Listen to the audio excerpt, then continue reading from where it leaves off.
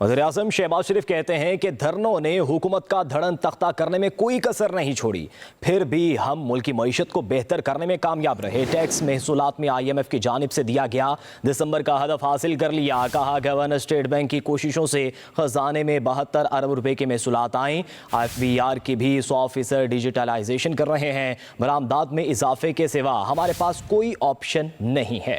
वज़ीर-ए-आज़म ने मजीद कहा कि जुलाई में कराची पोर्ट गया तो बताया गया कि हम फलां जगह रियल स्टेट बना रहे हैं। ये सुनकर अफसोस हुआ।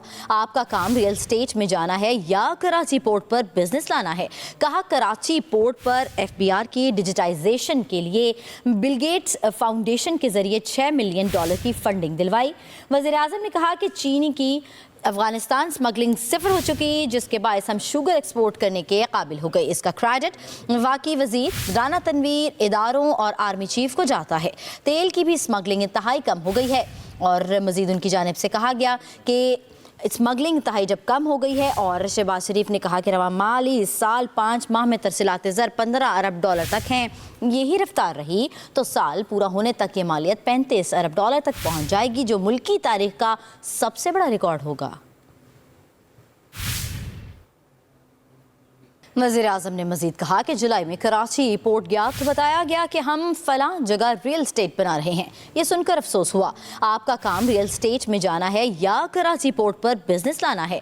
कहा कराची पोर्ट पर FBR की डिजिटाइजेशन के लिए बिल गेट्स फाउंडेशन के जरिए $6 मिलियन की फंडिंग दिलवाई। वज़ीर-ए-आज़म ने कहा कि चीनी की अफगानिस्तान स्मगलिंग सिफर हो चुकी, जिसके बायस हम शुगर एक्सपोर्ट करने के काबिल हो गए। इसका क्रेडिट वाकई वजीर राना तनवीर, इदारों और आर्मी चीफ को जाता है। तेल की भी स्मगलिंग इंतहाई कम हो गई है और मजीद उनकी जानिब से कहा गया कि स्मगलिंग इंतहाई जब कम हो गई है। और शहबाज शरीफ ने कहा कि रवा माली साल 5 माह में तरसीलात ज़र $15 अरब तक हैं। यही रफ्तार रही तो साल पूरा होने तक ये मालियत $35 अरब तक पहुंच जाएगी, जो मुल्की तारीख का सबसे बड़ा रिकॉर्ड होगा। वज़ीर-ए-आज़म ने मजीद कहा कि जुलाई में कराची पोर्ट गया तो बताया गया कि हम फलां जगह रियल स्टेट बना रहे हैं। ये सुनकर अफसोस हुआ।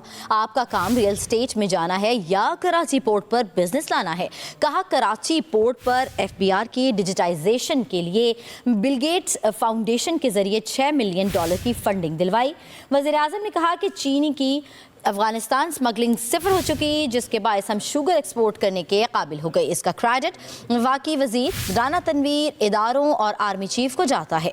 तेल की भी स्मगलिंग इंतहाई कम हो गई है और मजीद उनकी जानिब से कहा गया कि स्मगलिंग इंतहाई जब कम हो गई है। और शहबाज शरीफ ने कहा कि रवा माली साल 5 माह में तरसीलात ज़र $15 अरब तक हैं।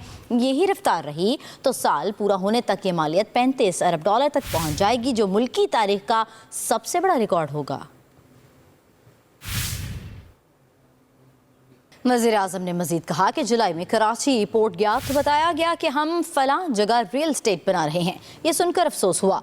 आपका काम रियल स्टेट में जाना है या कराची पोर्ट पर बिजनेस लाना है।